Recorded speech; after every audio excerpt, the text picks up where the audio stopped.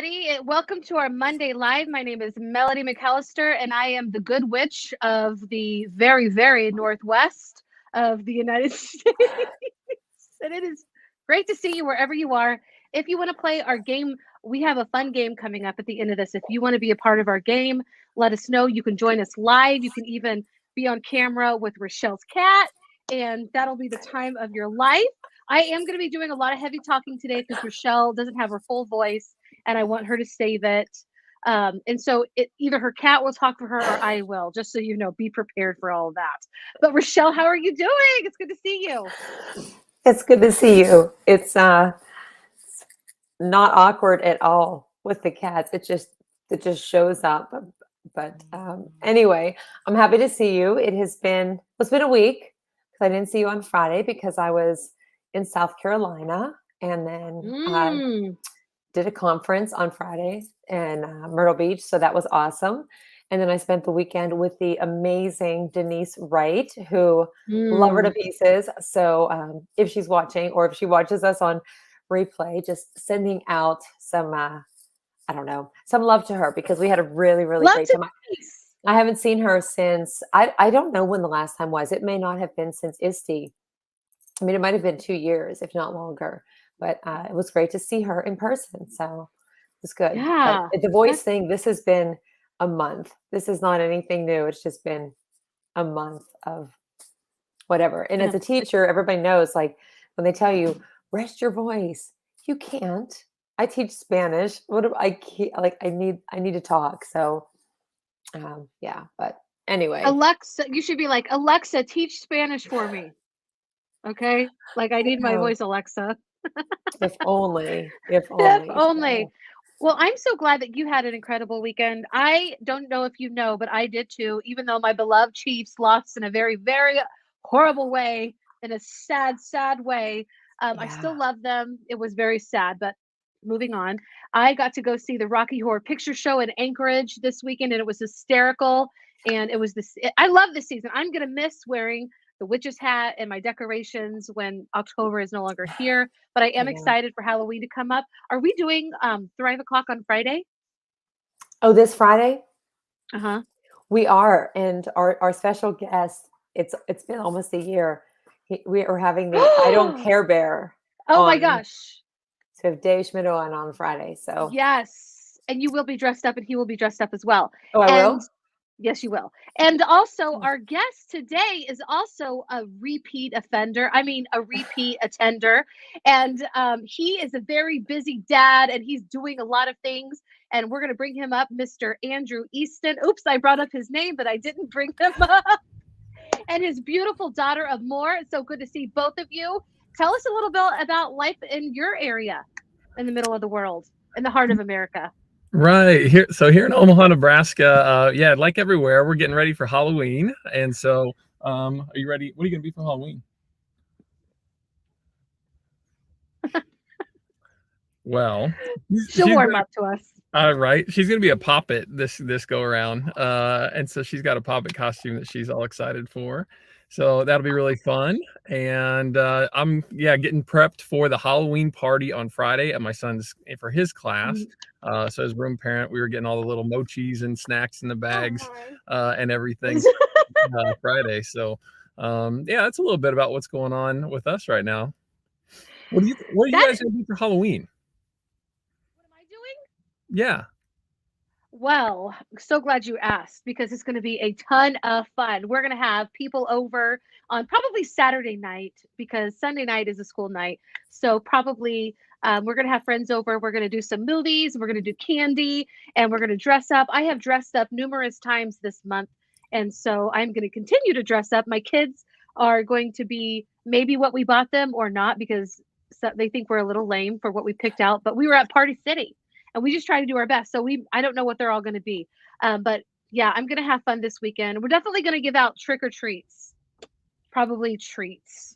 I don't know, but I might have some tricks up my sleeve. Yes. You tricks up your sleeve? Never. I need to give out some of these lips as tricks.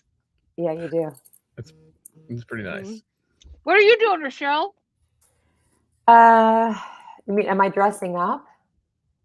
I don't think that I'm dressing up, but I don't know. There's no parties or anything like that, so yeah, nothing on the agenda. It's a 5-day weekend for our students because next week Monday is a clerical day, and then we have professional development on Tuesday and parent conferences.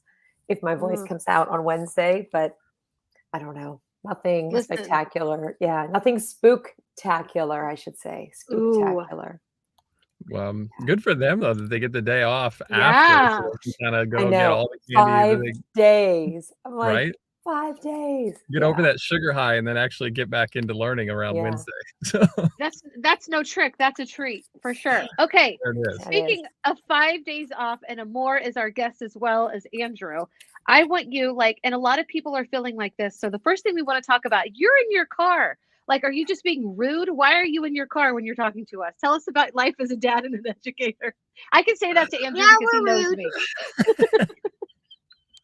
Well, it's busy, right? And you just kind of fit things in where it works. My son's actually at Taekwondo practice right now, and so oftentimes Amor and I spend this time in the car just chit chat or kind of catching up about our week. And so today we get to do that with all of you, and so that's And she was Rachelle's excited, cat. and Rochelle's cat. So, but no, it has been. It's been tough. I think just getting a chance, whether it's working with educators, through like my 9 to 5, or just getting a chance to go to different places and support different schools, and kind of all across the country. The narrative really, it's tough. Things are really challenging right now, and I hear it from a lot of my kiddos' teachers too, who we're fortunate enough to kind of be friends with, and I worked in that district for a time. So it's hopefully going to be a time where people can kind of recharge, having got past the first part of the year where just getting in the rhythm again is always really tough. But I always felt too, though, that like October to December could either be kind of a drag or a time when you were really trying to do something new for that year, maybe for the first time, because you've already got that rapport built that the first quarter brings. And so hoping for the second, for people. And kind of getting back to some of those things that help make this this profession fun when it always is challenging. But yeah, And that's been some of the talks we've been a part of. I love that you said that. And you were a high school teacher, right? Secondary. What Yep. are some things that like might be easy to look into, easy to implement now that teachers do have a rapport with their class that might change, maybe bring some fun in there? Do you have Yeah. anything on Well, the top of your mind? my passion has always been personalized learning and allowing students to not just be at the center of the learning experience, but to be drivers of it.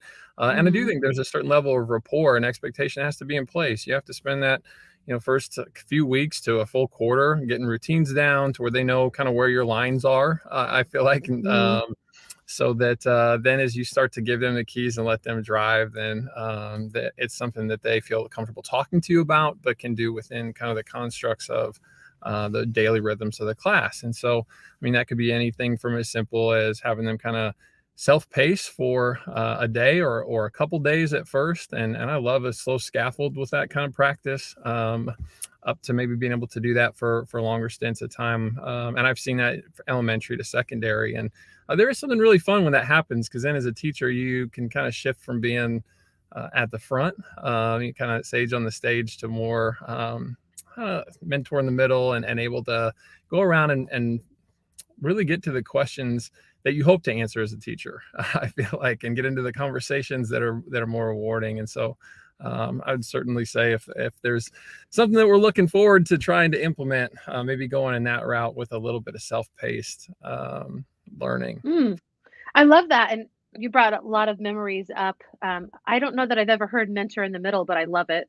Did you make that up? Are you trading? Is that your trademark or anything? No, that came from somewhere. I'm sure it wasn't me, but some things stick sometimes, and so that's in there. And I like thinking about it that way sometimes, though. Yeah, I do too. I remember, when I was in the elementary classroom, I was constantly moving my desk. Well, I actually got rid of my desk, so my desk was my kidney table, and I moved it several places to see which worked best for my students because at any given year it would be different. And I remember being in the middle of everything. It was a very great experience. I want to ask Amor, what's your favorite thing about school? Go ahead. Recess. And what about recess? Like, is there a certain game you play, or just because you're outside, or no classes? No classes. I always liked playing kickball and doing like hopscotch outside. It didn't matter, or on the swings because we had a swing set at my elementary school. I know that she likes playing infection when they're out there, which is maybe not very good as a title for the present moment, but Some people call it COVID-19. well, which would not be, that would make sense in the present context, I guess, right in an elementary setting. But it just tag where once you tag somebody, they join the other team. But you know what? I'm going to be proud dad for a second and say that Amora's having her best school year to date, to be honest. Like best grades, Awesome. just really positive experience with things. And so much of that has been a product of her getting involved in band and strings. So she started to play violin this year for the first time, which has been really cool. And she also joined Unified Club at her school, where No Place for Hate too. Yeah, No Place for Hate as a club. Nice. That's awesome. And she got to be a Unified ambassador. And that Unified Club experience is one where they have students with special needs, and just they kind of team up to do activities and leadership opportunities during the school day to just really focus on inclusivity and equity. Yes. And just really am grateful that her school's focused on that, and that she's taken a really active role in it. And I think it's helped her in the classroom too, just with the confidence that you kind of derive from being in those experiences. I don't want to speak for you, but I see it in you, and I'm really proud of you with all that. Oh, we are That's proud. awesome. High five, Amor. High five.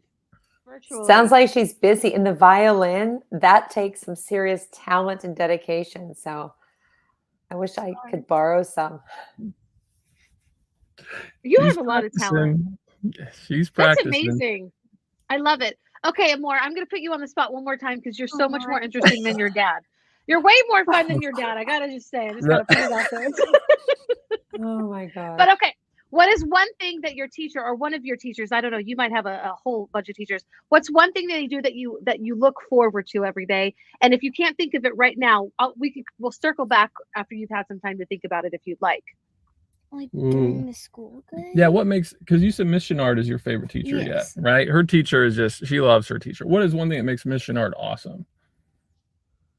She gets me. Oh. I love that answer. Yeah. How does she do that? Do you kind of have an idea? It's like what leads to that? Not really sure. Probably a lot of good chats, huh? Yeah. Yeah. Okay, and that was Miss Sherrard? Chenard. Miss Chenard, you are totally rad. I hope that we'll give you a shout out, Miss Chenard. Totally rad. Yes. High five to Miss Chenard for sure. We're all great. Five. Boom, boom. Yes. And to all the teachers, if you're watching, thank you for watching. You're doing an amazing job. We love you and we respect you so much. And now I want to talk a little bit about your 9 to 5. Like, yeah. Tell me, you've got some different, I feel like you're doing something different this year than you were last year. Yeah. So, well, I started at the start of last school year working at the state level. Oh, okay. I'd been in the classroom prior to that time. And I get asked to kind of do a number of different things and really get the creative freedom to pursue kind of whatever.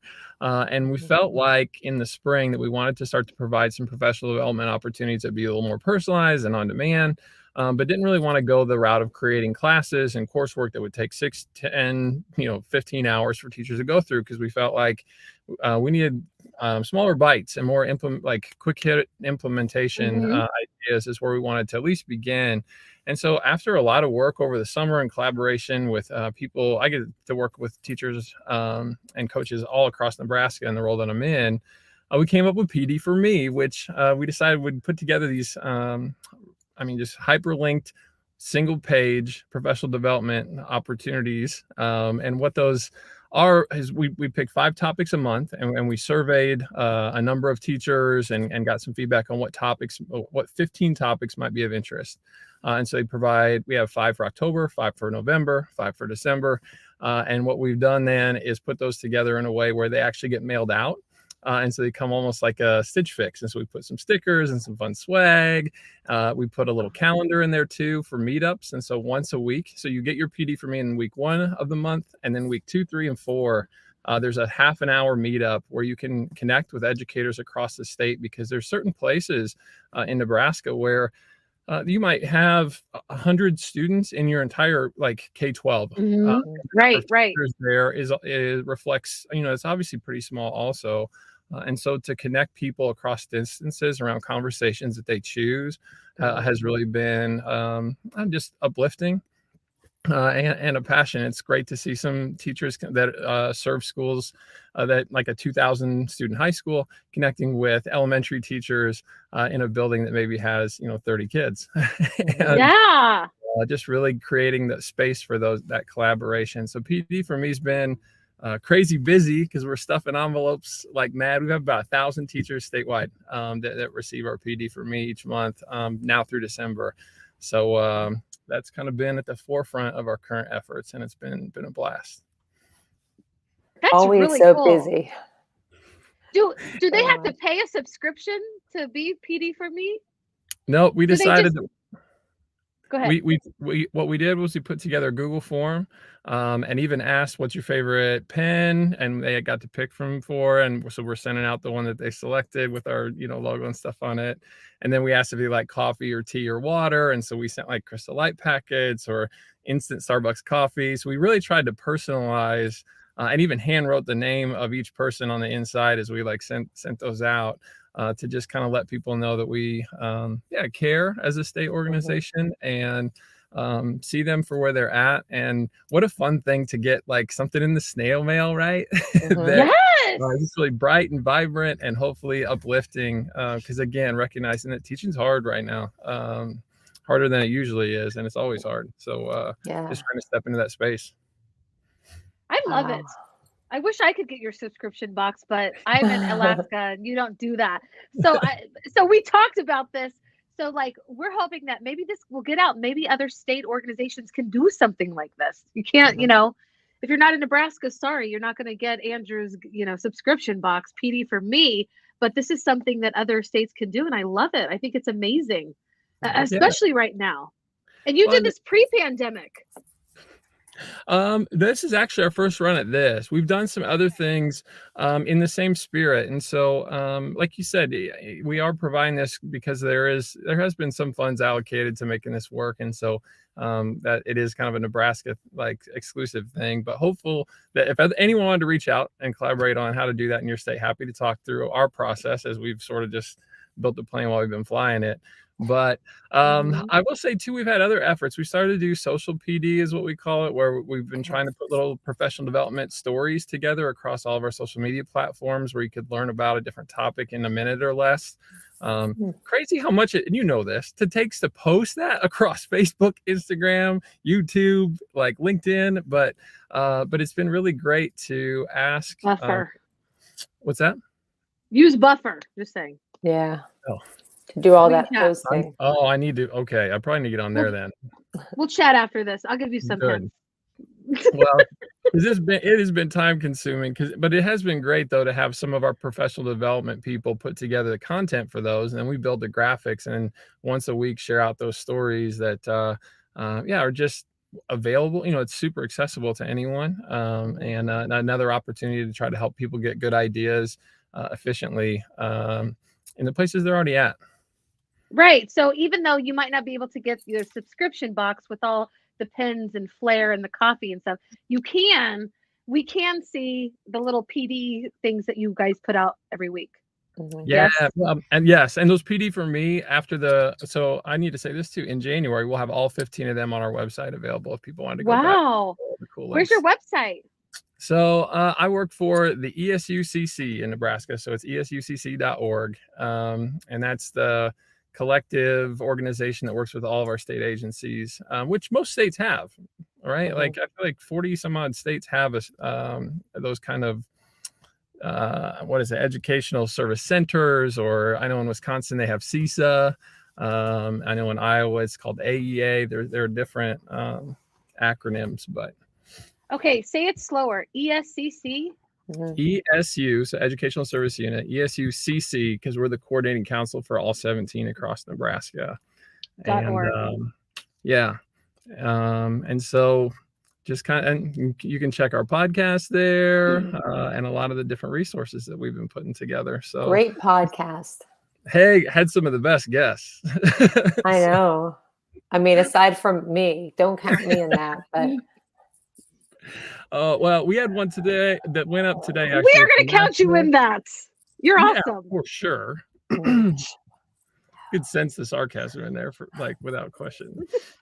But no, we have one go up today with the Rural Teacher of the Year for the nation, and she was awesome. It was really cool to hear. She teaches in a district where 3 towns that collectively have under 500 people come together, and that makes up their district. And just really cool to hear her passionate story about the work that she's doing in that setting. So you don't know much about small towns, check it out.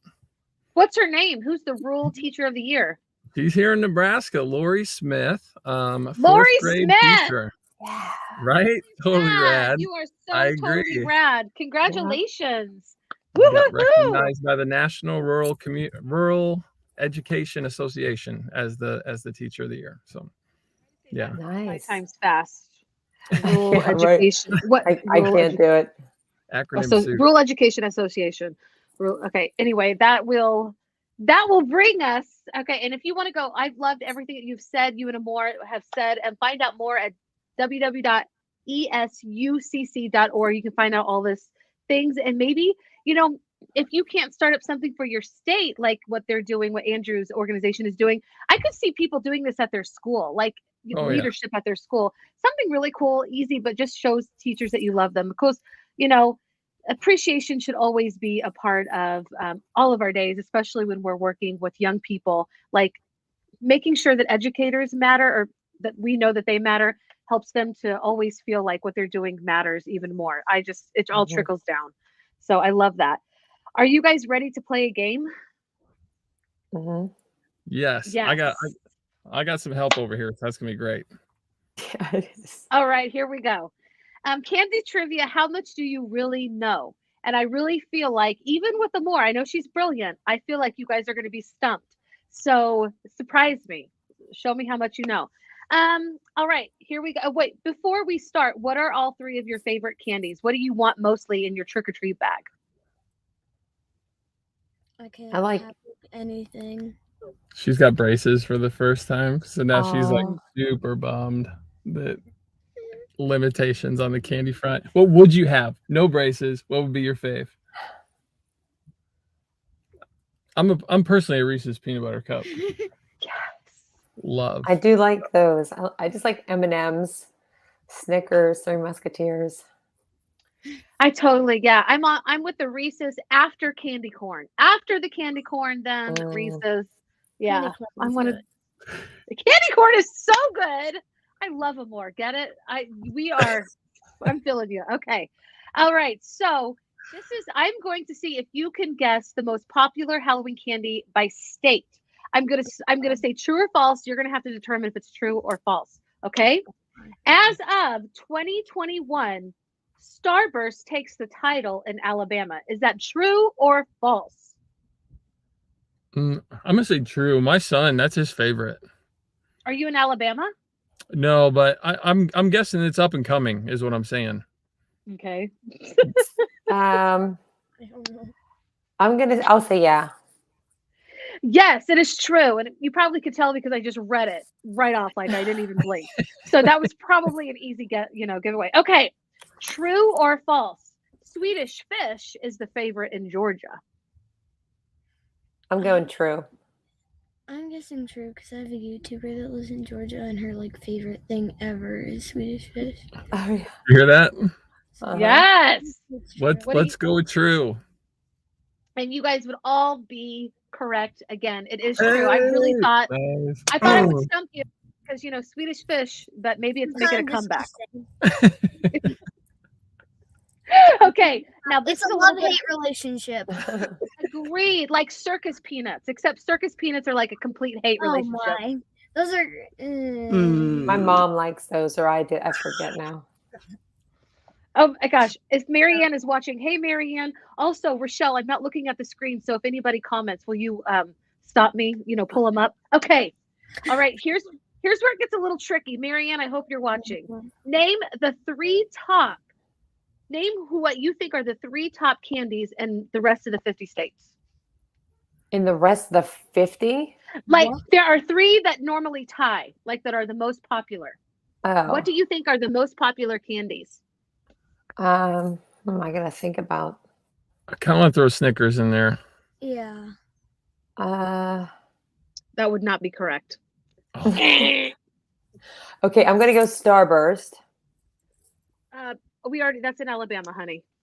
Yeah, but I know, but you said the top 3 No. in the states, right? Yeah, right. That for the rest of the states. So that's another one. No. Oh, We're gonna wait a make this minute. kind of like Family Feud. So wait a minute. So you want, like, if I guess Pennsylvania's, you want like 3 different states, the top one in 3 different states. Or just 3 really, really popular candies. Because I was picking Starburst, but that could have been one of them. But okay, I'll pick a different one since you gave me M&M's. Yes! High five! M&M's is Nice. Other ones? We were gonna throw Skittles in the mix. It is not in there. I am going to go Reese's cups. Yes! High five! That is. Should have went with my favorite. Mm-hmm. Should have. Do you want help with the last one? I don't really think you're going to get it. No. Yeah, hold on. Is it chocolate or fruity? Can we put it in a category? It's chocolate. It's chocolate. It's a candy bar, and it's not Snickers. Twix? No, but that should be on there. The peanut butter ones, especially. Break me off. It can't be like almond joy because it's coconut. Oh, Milky Way. Yes! Very high five. It is the Milky Way. So why is the dog in the back? Okay. All right. How did the Reese's peanut butter cup? I know you love this, Andrew. How did it get its name? Reese's, you're saying? Yeah. How did the Reese's peanut butter cup get its name? I have absolutely no idea. It was the guy's last name, wasn't it? Yeah. Yes, Rachelle, are you Googling this? No, but these answers. Like she always Reese's. She knows the answers. Yeah, I know candy, but I thought that because I thought that the guy was somebody that worked at Hershey, and Hershey is in Pennsylvania. And so I thought the story was like that he saw the success and went and just made his own, like the Reese's cup. It wasn't like the commercial where it was like the peanut butter and the chocolate. Your chocolate's in my peanut butter. Your peanut butter is in my chocolate. I think that it was like literally a guy's name. It was literally a guy's name. You're right. And Marianne, it is so great to see you today. Oh, yeah. Yeah, I love Heath bars as well, but really not good for your teeth. No way. And not good for your butt either. Let's just, be honest about all that. Okay, they were totally right. Okay, ooh.